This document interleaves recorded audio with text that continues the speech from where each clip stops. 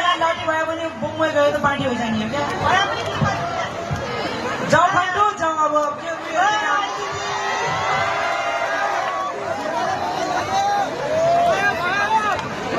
ल खन्डु अब तिमी यहाँ बस म मेरो सेटलाई भेटाउँछ है ल म चुकुल लगाएर जान्छु हेलो सेठ हेलो नमस्ते सेठ नमस्ते नमस्ते मैं नेपाल से एक लड़की लेकर आऊँ आप कहाँ है मैं मेरे घर पे हूँ तुम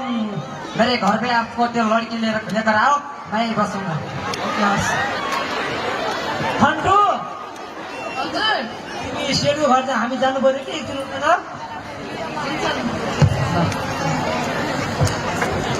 सेठ नमस्ते लड़की है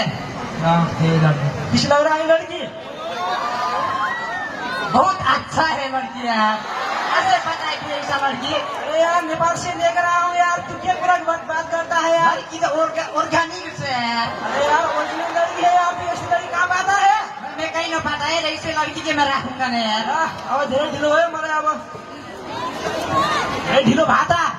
पैसा देता कुछ आता मैं तू उसको पैसा दे दूंगा बेच के इस लड़की के कितना लेगा तू 10 लाख एक जना के 10 लाख नहीं होता 10 है लाख तो बहुत ज्यादा होती है अरे यार 10 लाख अरे यार इतनी लड़की सोच लड़की तू कहाँ पाता ऐसा लड़की मेरे पास बहुत आता है जाता है यार इस लड़की के मैं 8 लाख दे दूंगा तेरी यार पढ़ते तेरा 8 लाख चेक दे दूंगा भाषा जान्नु के गर्नु पढ्नु खाली बोल्नु लला जा तू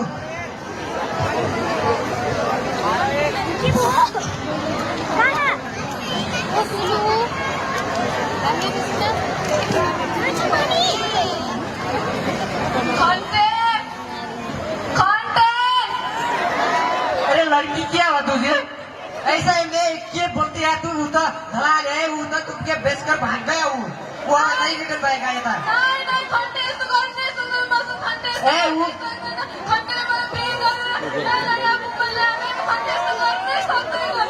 तू जैसे लड़की बहुत जाता है पैसा लकर वो भागता है ऐसे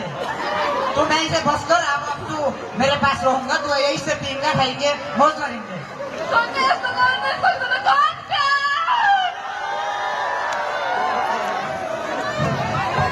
हेलो हेलो कहाँ से तू इधर ही बोलो तुम इधर नेपाल से एक लड़की लेकर आया था उसके तुमने ख्याल रखना पड़ेगा तुम जल्दी आ जाओ अच्छा ठीक है अभी आती हूँ अच्छा ये लड़की अच्छा ठीक है मैं आता हूँ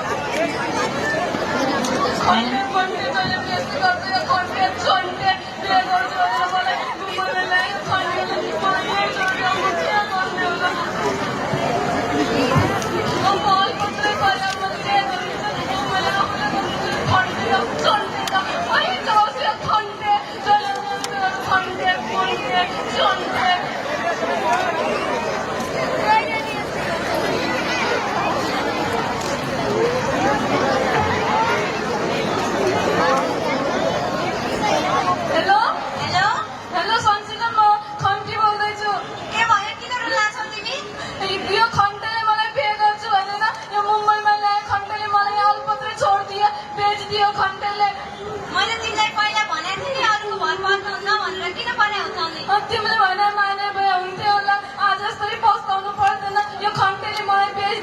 बेच्दियो खबर मेरो बाबासँग पुगाइदिनु है ल हुन्छ तिमी आफ्नो ख्याल गर्नु म यो सबै मिलाउँछु ल म तिमीलाई लोकेसन पठाइदिन्छु है ल मेरो व्हाट्सएपमा लोकेसन पठाइदिनु तिमी ल ये लड़की क्या करती है ऐसे नेपाल की लड़की उधर का बेचारी कति सोचेकी कस्तो फसाएर रहेछ यसले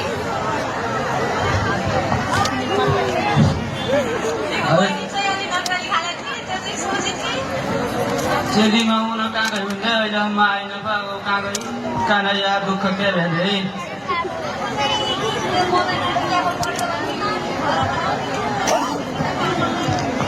चेली बिगाडी है चेली हार बिगाड़ी चेली ल बुवामा खाना आला खाना अरे बा तेरी दी कहाँ हाली कि चेली जैसी चेली हुई कहाँ हाली घर घडानी बडबडानी मलाई यताति बसेर भोलि उता अरूले आउँला भन्यो कागै जान्छ आउँदै आइलो चिकन अब न अब आइकन अब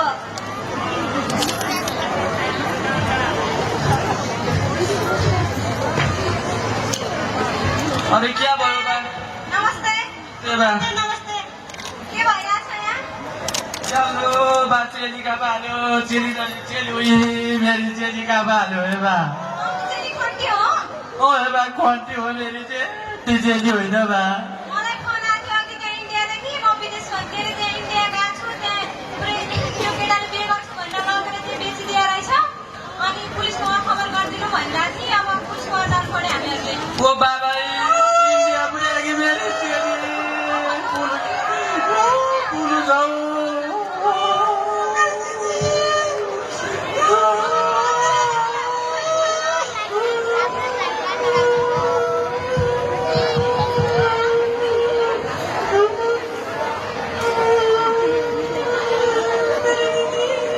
नमस्ते नमस्ते नमस्ते के कति राम्रो होला एउटा हाम्रो मेरो साथी अनि यिनीहरूको छोरी खन्टी भन्ने हाम्रो साथी चाहिँ अनि त्यसलाई एउटा केटाहरूले सोचित खाने कि अनि एउटा केटाले बिहे गर्छु भनेर इन्डिया लगेर त्यसले बेचिदिए रहेछ अनि अलपत्ता गरेर पुरै अलपत्ता परेर सिधै भएर म रिपोर्ट गर्न आएको छु ए कहिले भटेको सब लोकेसन सब पठाइदिएको छ अनि अब 1 हप्ता जति भयो ए हुन्छ यो लोक सबै हजुरले लाग्छ ए हुन्छ यो सबै हामी हाम्रो सिआइडी म्यामलाई दिन्छौँ उहाँले यो केसको खोजिनिति गर्नुहुन्छ है ल ल त्यहाँबाट फोन आएछ हामीलाई फोन गर हजुर हामी गरिहाल्छौँ बाबा निकै ख्याल गरे है बाटी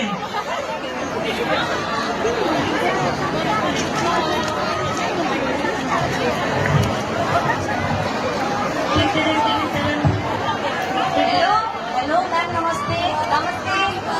के अरे हाम्रो यो नेपालमा एउटा केस आएको छ कि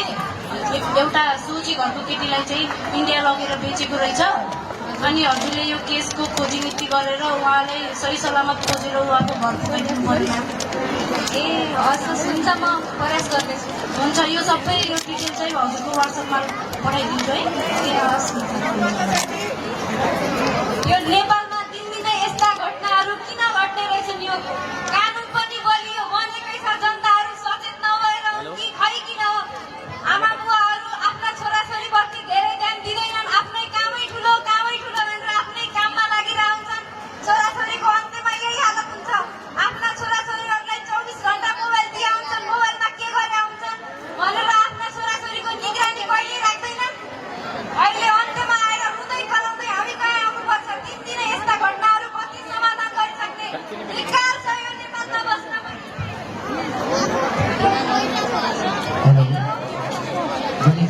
आफ्नो छोरीलाई आफूसँगै लगेर जानु यताउता एक्लै छोड्ने काम नगर्नु धेरै मोबाइल चलाउन पनि नदिनु अनि यो धेरै मानसिक टर्चर दिने काम नगर्नु किनभने यस्तो धेरै टर्चर भएपछि सुसाइड गर्न सक्ने सम्भावना एकदम धेरै हुन्छ अब बड्डा सुनिहाल्यो ढिला पाउने अब यसरी आलु बढ्ने पछि लागिहाल्दा आफ्नो छोरी बिगडेर थाहा नपाउँदा फेरि खन्टी खन्टी हो तिमी यसरी अरूसँग विश्वास गर्ने हो नि त अरू यसो मान्छेहरूसँग जसले फसाइ त्यससँग गइदिने अनि फेरि अब हुँदैन यस्तो ल ठिक छ तपाईँहरू बुझिराख्नु होला अबदेखि चाहिँ आफ्ना छोराछोरीलाई यसरी अपरिचित मान्छेसँग नपठाउनु होला छोराछोरीलाई मोबाइल नदिने भन्ने होइन दिनु होला तर उनीहरू के काममा प्रयोग गरिरहेका छन् भनेर निगरानी राखिदिनु होला हाम्रो लागि भयो भने राखिदिनु होला तपाईँलाई 10 हप्ताको बिन्ती गर्छौँ अन्त्यमा आएर तपाईँको यस्तै हालत हुन्छ ओ तौरा जय होइन पालो होइन वातहरू होइन फेरि ढोग्नु पर्दैन उठ्नु अब ढोग्नु पर्दैन आइन्दादेखि चाहिँ यस्तो गल्ती दुबारा नदोहोऱ्याउनु होला चेलीबेटी बेचिकन अन्त्य गरौँ त्यो होइन काम गरौँ चेलीबेटी बेचिकन भइदियो अन्त बुझाइ जोगाउँ सभ्य राष्ट्र निर्माणमा सहयोग गरौँ जय हामी कक्षा 12 शिक्षा केन्द्र छात्रछात्रीहरू हौँ हाम्रो प्रश्न तपाईँहरूलाई कति लाग्यो कृपया सोचेर बुझेर मनमुनि बुझिदिनु होला हस् त धन्यवाद धन्यवाद थ्याङ्क यू